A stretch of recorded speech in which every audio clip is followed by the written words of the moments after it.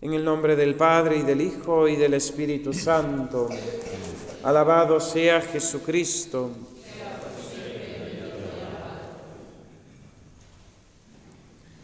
Este es el verdadero profeta que va a venir al mundo, exclama la gente maravillada. Nuestro Señor Jesucristo, como Moisés en el desierto, provee a su pueblo de un pan, aquella multitud hambrienta que les seguía, que más que de pan material tenía hambre de pan espiritual, hambre de la palabra de Dios, hambre de verdad.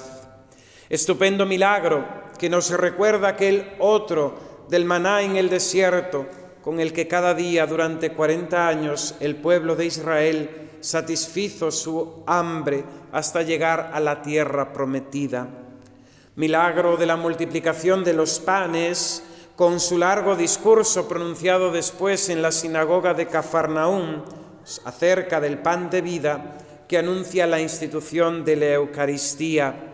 Milagro de la multiplicación de los panes, que es asimismo también imagen de la pasión de nuestro Señor Jesucristo, donde Él se hace pan partido para los hombres mediante su pasión y su muerte.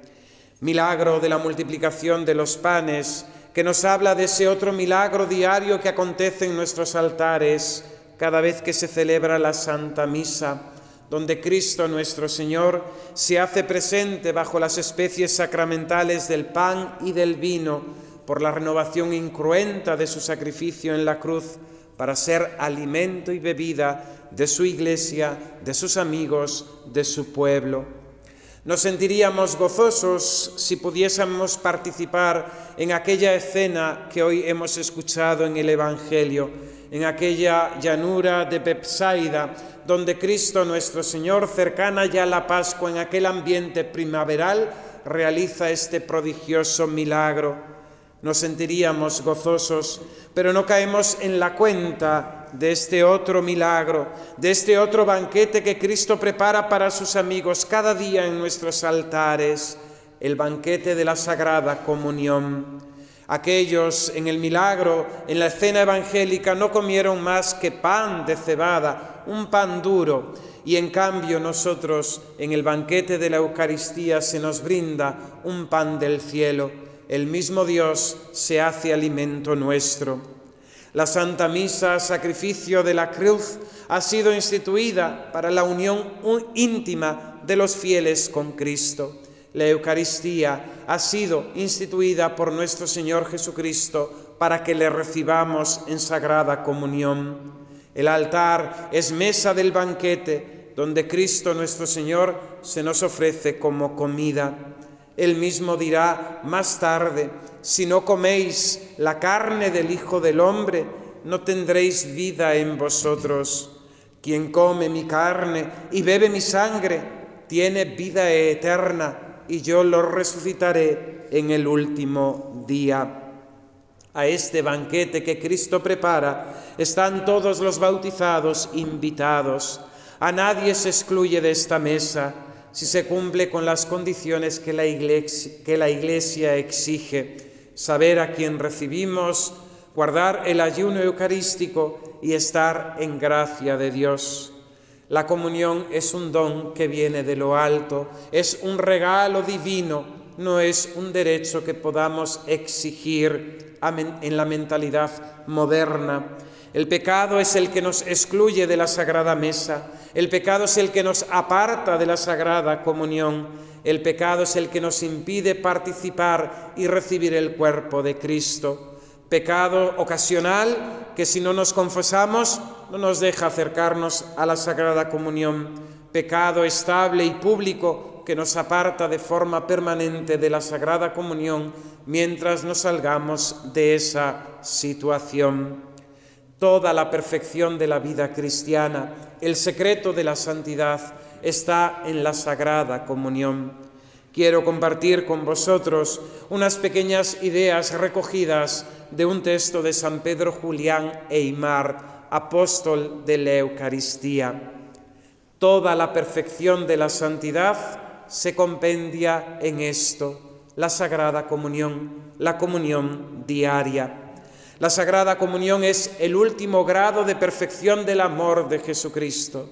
Se ha encarnado por nosotros, ha muerto por nosotros en la cruz, pero en la Sagrada Comunión es ese amor personal particular de Cristo por cada una de las almas, pues viene a cada una de ellas como acto único.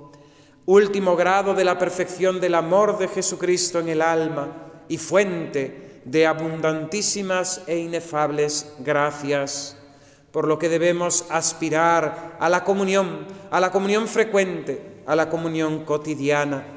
En la Sagrada Comunión se practican todas las virtudes, todos los ejercicios de perfección, y por eso en ella podemos sacar mayor provecho que de todos los demás medios de santificación.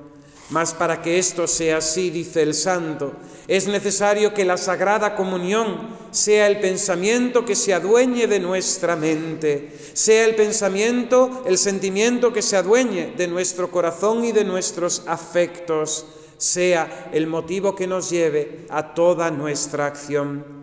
Para que la Sagrada Comunión sea el principio unificador de santificación en nosotros, es necesario que la Sagrada Comunión sea el centro de nuestra mente, de nuestro corazón y de nuestra vida. Que la Sagrada Comunión sea el fin de todas nuestras acciones y sea al mismo tiempo la ley de nuestra vida. Porque voy a comulgar, eso es lo que me ha de distinguir de todos los demás. Entonces, cuando esto ocurre, cuando la Sagrada Comunión se hace el centro de nuestra existencia, algo divino ocurre en nosotros. Es aquello que dice San Pablo: vivo yo, pero no soy yo, es Cristo el que vive en mí. Algo ocurre divino en nuestra alma, pues nosotros somos los que vivimos, los que trabajamos, pero es Jesús el que nos da la vida y es Jesús el que nos da la gracia para trabajar. Es la vida de Cristo en nosotros, que prolonga su misma vida mortal en cada comulgante, ofreciéndose para la gloria del Padre, en expiación del pecado, para la salvación de las almas. La Sagrada Comunión, en ella se centra toda nuestra perfección. Queridos hermanos, quisiera además que nos fijásemos en otros milagros de multiplicación que Dios realiza de forma cotidiana y que por ser cotidianos no caemos en la cuenta de su grandeza y de que son tan maravillosos. La providencia de Dios dispone a diario la mesa para que no nos falte el pan nuestro de cada día, para que tengamos nuestro sustento que nos ayude a conservar la vida. La ley de Dios puesta en la naturaleza, sus leyes justas y santas que han puesto en la naturaleza con sus estaciones, con el ciclo de la vida, con el germinar de los frutos, es un milagro constante que muchas veces se nos pasa desapercibido por su cotidianidad. Necesitamos despertar en nosotros esa delicadeza, esa minuciosidad, esa atención a esas pequeñas cosas de cada día que son milagros cotidianos de Dios a nuestro alrededor. Y todo ello ha de llevarnos al profundo agradecimiento a Dios, que es Padre providente, que nos cuida, que nos ama, que no pasa de nosotros, sino que cuida de nosotros como de las aves del cielo y viste a los lirios del campo.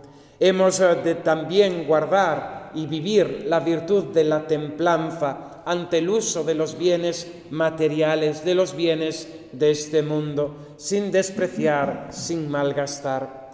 Fijaos, comieron más de 5.000 hombres, sin contar mujeres y niños, y las obras no fueron desperdiciadas. Nuestro Señor Jesucristo ordena a sus apóstoles recoger aquellas sobras, 12 canastos completos.